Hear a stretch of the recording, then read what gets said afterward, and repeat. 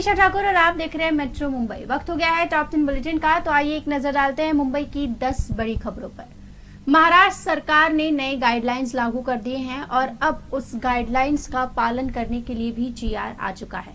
आइए जानते हैं बेस्ट की बसों में जो वैक्सीन अनिवार्य किया गया है उस पर मुंबई करो का क्या कहना है।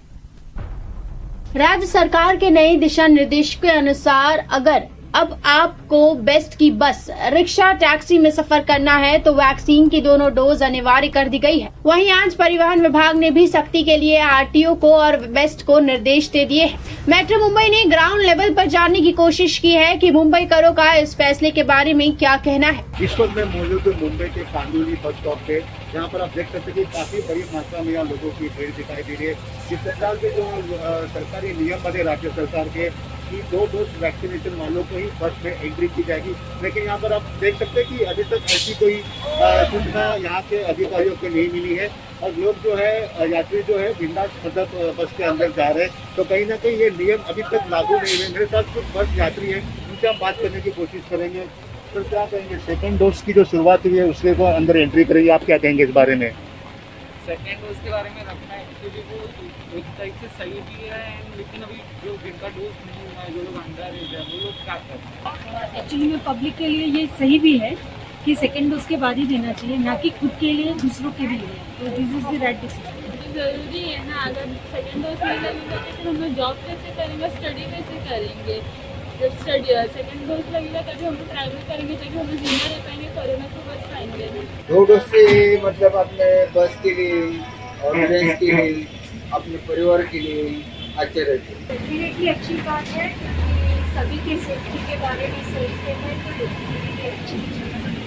2 डोज देना बहुत जरूरी है, नहीं तो फिर प्रॉब्लम होता है आने जाने के लिए।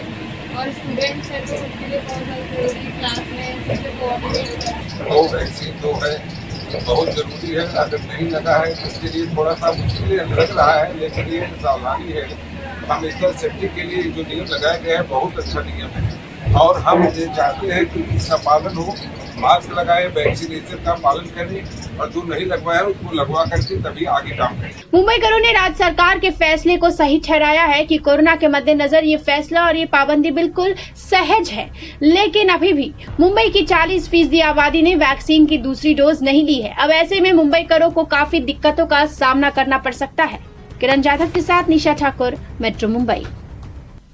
अगर आप मुंबई में रहते हैं, आपने वैक्सीन की दोनों डोज नहीं ली है और आप अकेले या अपने परिवार या फिर दोस्तों के साथ किसी पब्लिक प्लेस पर जाते हैं तो आपको उल्टे पैर वापस लौटा दिया जाएगा।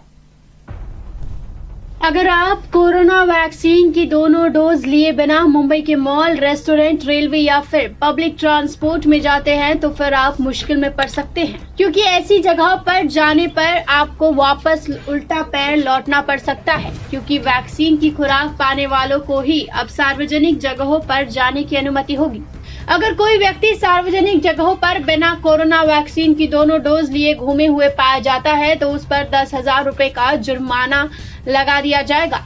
इस बीच दक्षिण अफ्रीका से 10 नवंबर को मुंबई पहुंचे 1126 यात्रियों की तलाश जारी है। उनका परीक्षण किया जाएगा, साथ ही यदि उनका पता लगता है तो उनका कोविड टेस्ट होगा और वो पॉजिटिव आता है तो जीनोम सीक्वेंसिंग किया जाएगा। बीएमसी के आयुक्त इकबाल सिंह चहल ने केंद्र से दक्षिण अफ्रीका से आने वाली सभी उड़ानों के संबंध में निर्णय लेकर संख्यागत अलावा पर एक नई नीति तैयार करने का भी अनुरोध किया है। चहल ने आगे कहा कि जिन लोगों को दूसरी खुराक की अवधि समाप्त होने के बाद भी अभी तक टीकाकरण नहीं कराया है, उनके लिए टीकाकरण अभियान में तेजी लाई जाएगी। साथ ही मुंबई के लिए एक विशेष बदलाव के रूप में केंद्र को पहली और दूसरी खुराक के बीच के अंतर को कम करने की मांग की जाएगी। News desk, metro Mumbai. Mumbai पर अब ओमिक्रॉन का खतरा मंडरा रहा है। ऐसा इसीलिए भी कहा जा रहा है क्योंकि मुंबई में दक्षिण अफ्रीका सहित कई खतरे भरे यानी जोखिम भरे देशों से लौटे यात्री विदेशी कोरोना पॉजिटिव पाए गए हैं। कोरोना के नए ओमिक्रॉन वेरिएंट के खतरे के बीच दक्षिण अफ्रीका समेत बाकी एट रिस्क वाले देशों से महाराष्ट्र पहुंचे 6 यात्री कोरोना संक्रमित पाए गए हैं। इन सभी के सैंपल जीनोम सीक्वेंसिंग के लिए पुणे की लैब में भेजे गए हैं। संक्रमितों में मुंबई, कल्याण, डोंबिवली, मीरा भाईंदर और पुणे के लोग शामिल हैं। जिन देशों से यात्री वापस लौटे हैं वे कोरोना के मद्देनजर हाई रिस्क वाले एरिया है। ऐसे में प्रशासन की चिंता बढ़ गई है। महाराष्ट्र के स्वास्थ्य विभाग ने कहा वर्तमान में 6 यात्री है जो दक्षिण अफ्रीका या दूसरे हाई रिस्क वाले देशों से राज्य में आए हैं। संक्रमित मिले लोगों के सैंपल जीनोम सीक्वेंसिंग के लिए भेज दिए गए हैं। उनके संपर्क में आए लोगों का पता लगाने की कवायद चल रही है। संक्रमित यात्री या तो बिना लक्षण वाले हैं या इनमें हल्के लक्षण हैं। महाराष्ट्र सरकार ने नए वेरिएंट को देखते हुए मुंबई पुलिस को भी अलर्ट कर दिया है, जिसके तहत मुंबई पुलिस ने एक बार फिर मुंबई के विभिन्न हिस्सों में कोरोना नियमों का पालन नहीं करने वाले नागरिकों के खिलाफ कार्रवाई करनी शुरू कर दी है। News desk metro Mumbai. अब विदेश से मुंबई या फिर महाराष्ट्र लौट रहे यात्रियों को 7 दिन क्वारंटीन रहना होगा।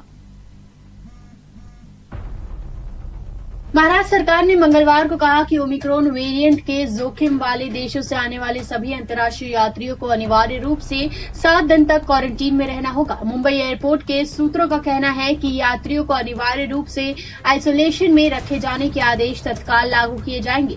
एक सूत्र ने कहा कि यात्रियों को होटलों में क्वारंटीन रहने के लिए खुद भुगतान करना होगा। सरकारी आदेश में कहा गया है कि आरटी-पीसीआर टेस्ट में पॉजिटिव पाए जाने पर यात्रियों को अस्पताल में स्थानांतरित कर दिया जाएगा, जबकि नेगेटिव रिपोर्ट वालों को घर में ही अतिरिक्त 7 दिन की क्वारंटीन में रहना होगा। राज्य सरकार ने कहा कोविड के नए वेरिएंट ओमिक्रॉन, जो वेरिएंट ऑफ कंसर्न के रूप में नामित किया गया है, के मद्देनजर केंद्र द्वारा 28 नवंबर को जारी किए गए यात्रा दिशा निर्देश के रूप में कार्य करेगा। नए दिशा निर्देश के मुताबिक राज्य की यात्रा करने वाली अंतर्राष्ट्रीय यात्री को यह विवरण देना होगा कि उन्होंने पिछले 15 दिनों में किन किन देशों का दौरा किया है। उनका आगमन पर इमिग्रेशन द्वारा क्रॉस चेक किया जाएगा। गलत जानकारी देने पर यात्रियों को आपदा प्रबंधक अधिनियम 2005 की धाराओं के तहत कार्रवाई की उत्तरदायी बना देगी। News desk metro Mumbai. अब मुंबईकरों का सफर आसान हो जाएगा। पनवेल से गोरेगांव तक आने के लिए मुंबईकरों को बार बार लोकल ट्रेन चेंज नहीं करना पड़ेगा। आज पनवेल से पहली पनवेल से गोरेगांव तक की लोकल ट्रेन रवाना हुई। पनवेल से गोरेगांव तक यात्रा करने वाले यात्रियों के कई सालों का इंतजार आज खत्म हो गया।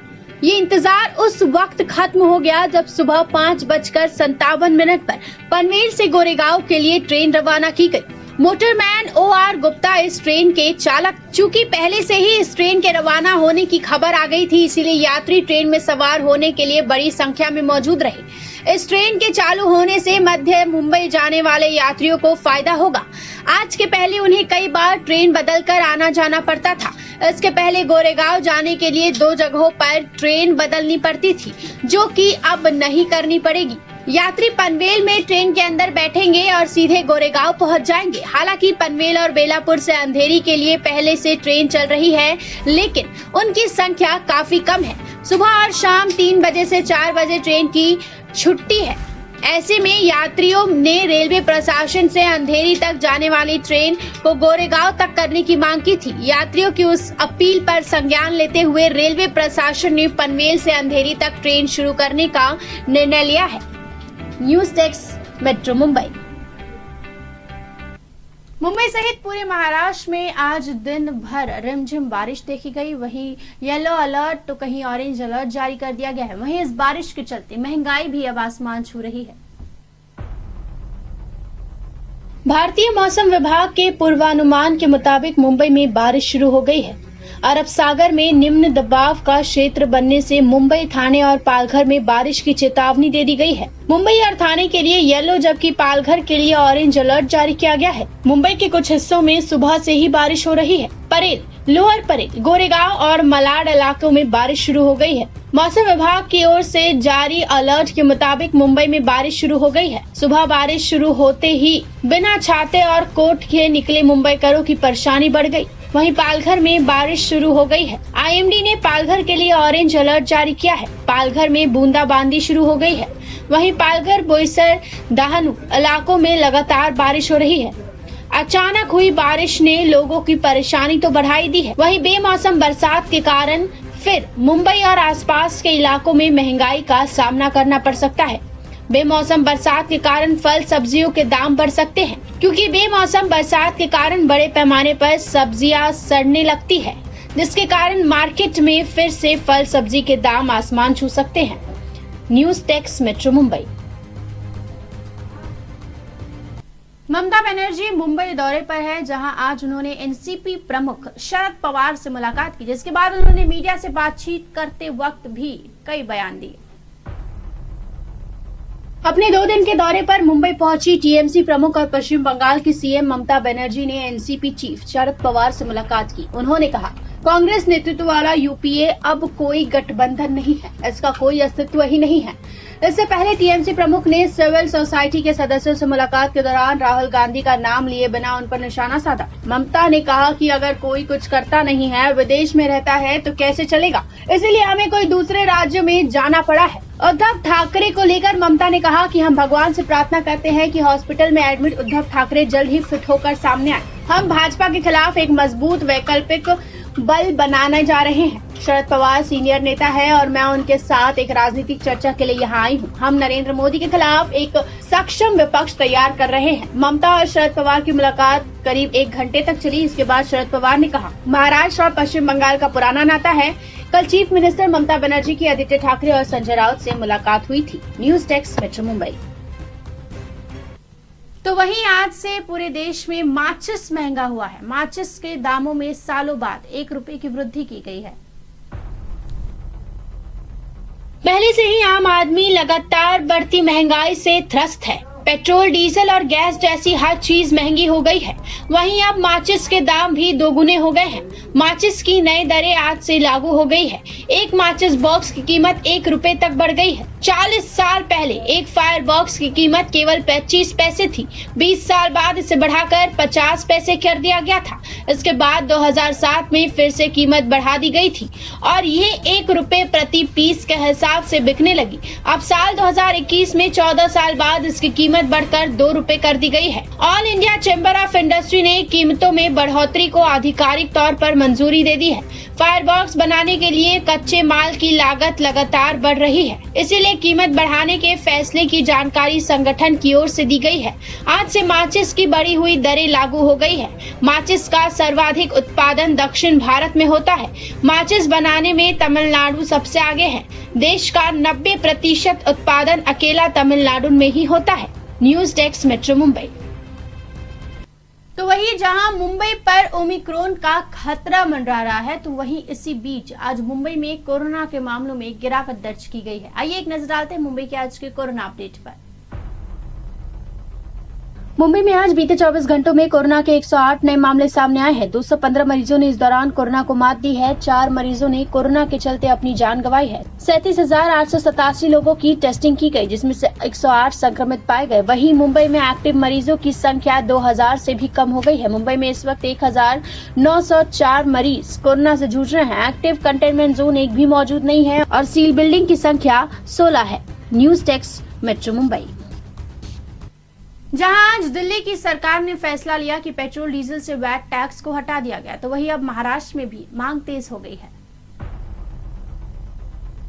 केंद्र की सरकार ने दिवाली से पहले पेट्रोल पर 5 और डीजल पर 10 रुपए घटाकर आम आदमी को राहत दी थी, जिसके बाद सभी भाजपा शासित सरकारों ने अपने अपने राज्यों में पेट्रोल डीजल पर वैट टैक्स कम कर दिया। जिसके बाद कई गैर भाजपा सरकारों ने भी पेट्रोल डीजल पर वैट टैक्स कम कर दिया था। अब इस लिस्ट में दिल्ली के मुख्यमंत्री अरविंद केजरीवाल का नाम भी जुड़ चुका है। दरअसल दिल्ली की केजरीवाल सरकार ने महंगाई से जूझ रही जनता को राहत पहुंचाने के लिए एक बड़ा फैसला लिया है। दिल्ली सरकार ने पेट्रोल की कीमतों में 8 रुपए की कटौती की है। वहीं वैट टैक्स में भी बड़ी कटौती की गई है। राज्य में वैट टैक्स को 30% से घटाकर 19.4% कर दी गई है। दिल्ली वालों को राज्य सरकार के इस फैसले से बड़ी राहत मिली है। नई दरें आज से लागू हो जाएंगी। तो वहीं इसके बाद अब लगातार सवाल उठने लगे हैं कि दिल्ली सरकार ने तो फैसला ले लिया, अब महाराष्ट्र सरकार कब जागेगी? महाराष्ट्र सरकार आम जनता को महंगाई से कब राहत देगी? महाराष्ट्र सरकार पेट्रोल डीजल से वैट टैक्स को कब कम करेगी? News desk metro Mumbai. तो ये थी मुंबई की 10 बड़ी खबरें और आप देख रहे थे टॉप 10 बुलेटिन। रोज रात 10 बजे मेरे साथ देखिए मुंबई की टॉप 10 बुलेटिन सिर्फ मेट्रो मुंबई पर।